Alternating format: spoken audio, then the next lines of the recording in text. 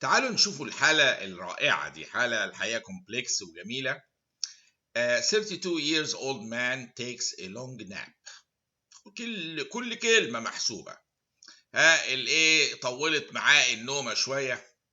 after a 2-hour swimming، راح swimming و 2 hours ورجع أخد ناب طويلة.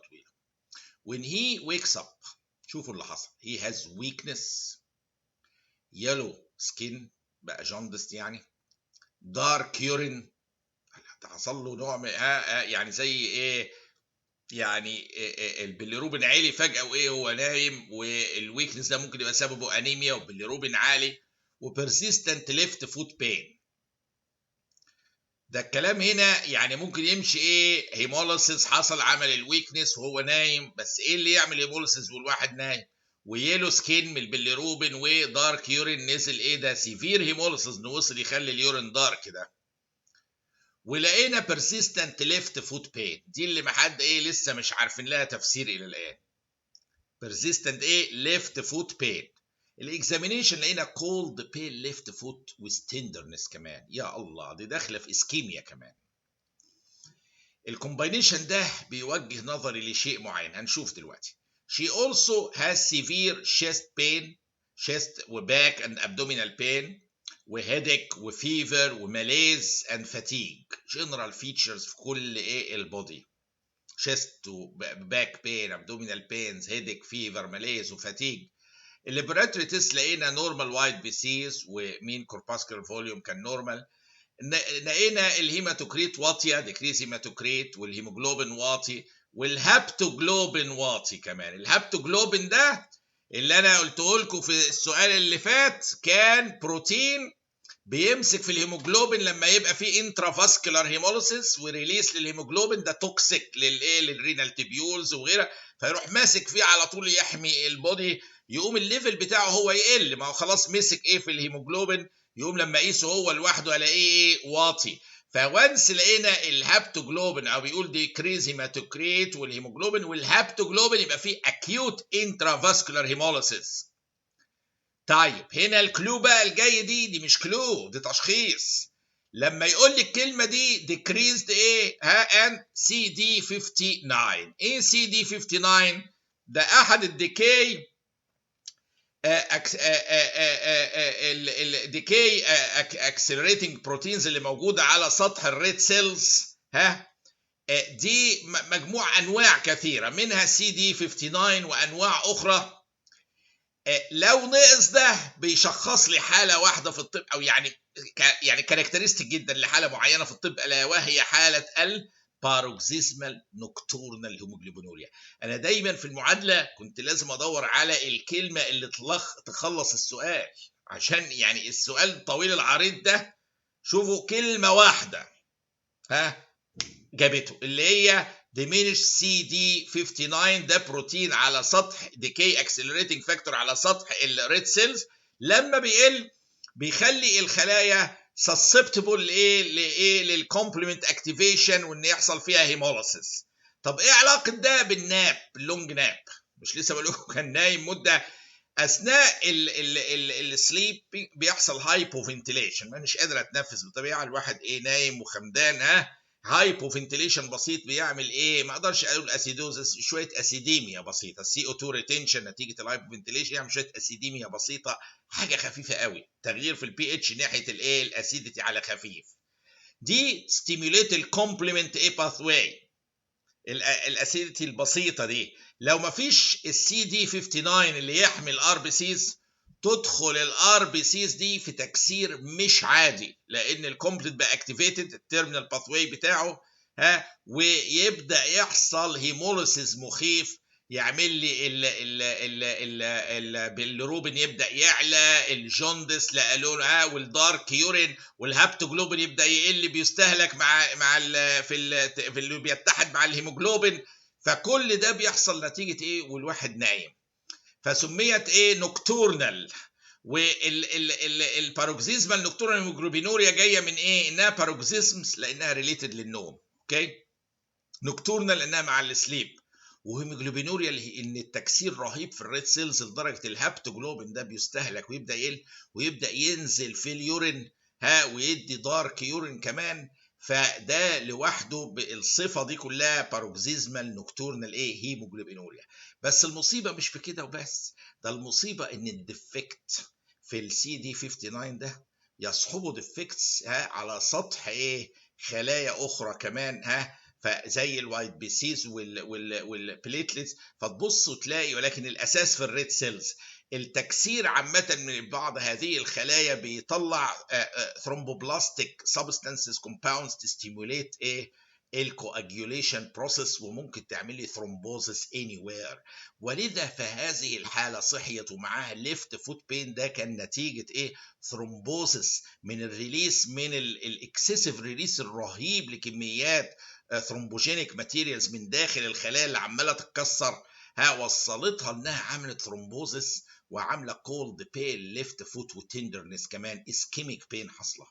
متخيلين الوضع؟ العيان ده اخد لونج ناب. اول ما يقول لونج ناب اعرف ان حاجه نوكتورنال، ما ده اللي مخي يجي. وبعدين حاجه جت باتاك بالمنظر ده، يعني حاجه باروكسيزمال، الجوندس، الدارك، كل ده هيموليسيس رهيب، والويكنس مع الانيميا. الليفت فوت بين والكولد بين ليفت سكين اللي حسيناه، والتندرنس اللي موجوده، كل دي تمشي مع اكيوت اسكيميا، ماشيه مع الريليس اوف ثرومبوبلاستين سبستانسز من داخل الخلايا بتكسيرها الرهيب، يستيميليت كواجيليشن ويعمل لي ثرومبوزس. دي من ضمن السايد افكتس بتاعتها اللي محتاجه تاخد هيبرين. ومعاها بقى دي مأثرة في كل مكان في البودي، تبص تلاقيها معاها جنرال فيشن من شيست باك بين، ابدومينال بينز، وهيديك، وفيفر، وماليز، وفاتيج من الانيميا الشديده كمان. الكلمه اللي تشخصها اللي هي سي دي 59 كان ديفيشنت، واطي، اللي هو يعني لو نرجع لها هنا اهي، decreased hematocrit hemoglobin هابتوجلوبين، عشان الاكيوت انترافاسكولار هيموليسيس ده قلنا بيستهلك الهابتوجلوبين في انه يمسك الاير ريليس هيموجلوبين، يروح ماسك فيه، فبالتالي هو بيقل في الدم، وديمينشت سي دي 59.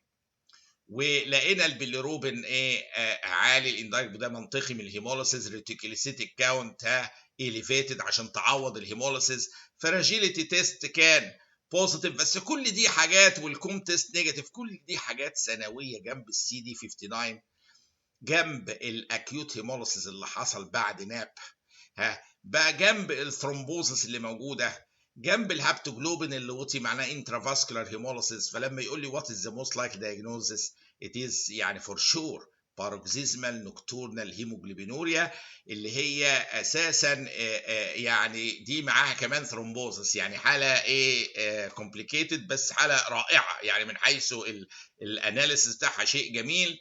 is associated مع deficiency of decay accelerating factor اللي لسه واصفينه as result of acquired mutation located in the X chromosome which regulates الجلايكوزايل فوسفاتيدايل انيزيتول.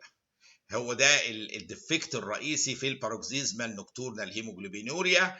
decay accelerating factor defect بسبب ميوتيشن في الاكس كروموزوم which regulates الجلايكوزايل فوسفاتيدايل انيزيتول، وده هام جدا في البايوكيمستري زي ما احنا عارفين. CD59 deficiency على البلاد سيلز is number one specific test، يعني وده عشان كده اول ما اتقالت انا قلت خلاص خلصت. اول ما عرفنا CD59 ديفيش خلاص بقت باروكسيزمال نوكتورنال هيموجلوبينوريا. توصل لي بقى مع ثرومبوزس، تصور لي مع، توصلها لي في السؤال مع هابتوجلوبين ناقص، كل معلومه هنا بتفيدك في حل عشرات الاسئله. توصلها مع الاندايركت بالروبين الى اخره. التريتمنت بتاعها عامه في اي هايبر بروليفريشن في البون مارو نتيجه الهيموليسيس، هنا بنديله ايرون وفوليك اسيد تو كومبنسيت الانيميا اللي حاصله، اللي عماله تتكسر، بيبقى فيه انيميا شديده، بندي ايرون عشان الهيموسيدرين اللي نازل ده بيسحب كميات ايرون ضخمه، وبيحصل ايرون ديفيشنسي عندهم. لو هو ديفيشنت نديله ايرون، مش كده عمال على بطال. فوليك اسيد عشان بون مارو اكتيفيتي العاليه بسبب الهيموليسيس. كورتيكوستيرويدز ممكن تسبريس شويه الكلون بتاع الار بي سيز اللي عمال متجنن ده، تسبريسيت شويه وتهدي الموضوع. بلس تريتمنت للثرومبوزس، هنا محتاجه انتي كواجلانس الحاله دي. هنا ده شكل جميل جدا ما يتنساش، الباروكسيزمال نوكتورنال هيموجلوبينوريا الصبحيه نتيجه الاسيديميا اللي قلت لكم عليها بستيموليت الكومبلمنت باثواي التيرمينال كاسكيد وتبدا تكسر في الخلايا. شوفوا بعد الصبح صاحي اليورين دارك ازاي، عشان كده هيموجلوبينوريا بالليل نوكتورنال.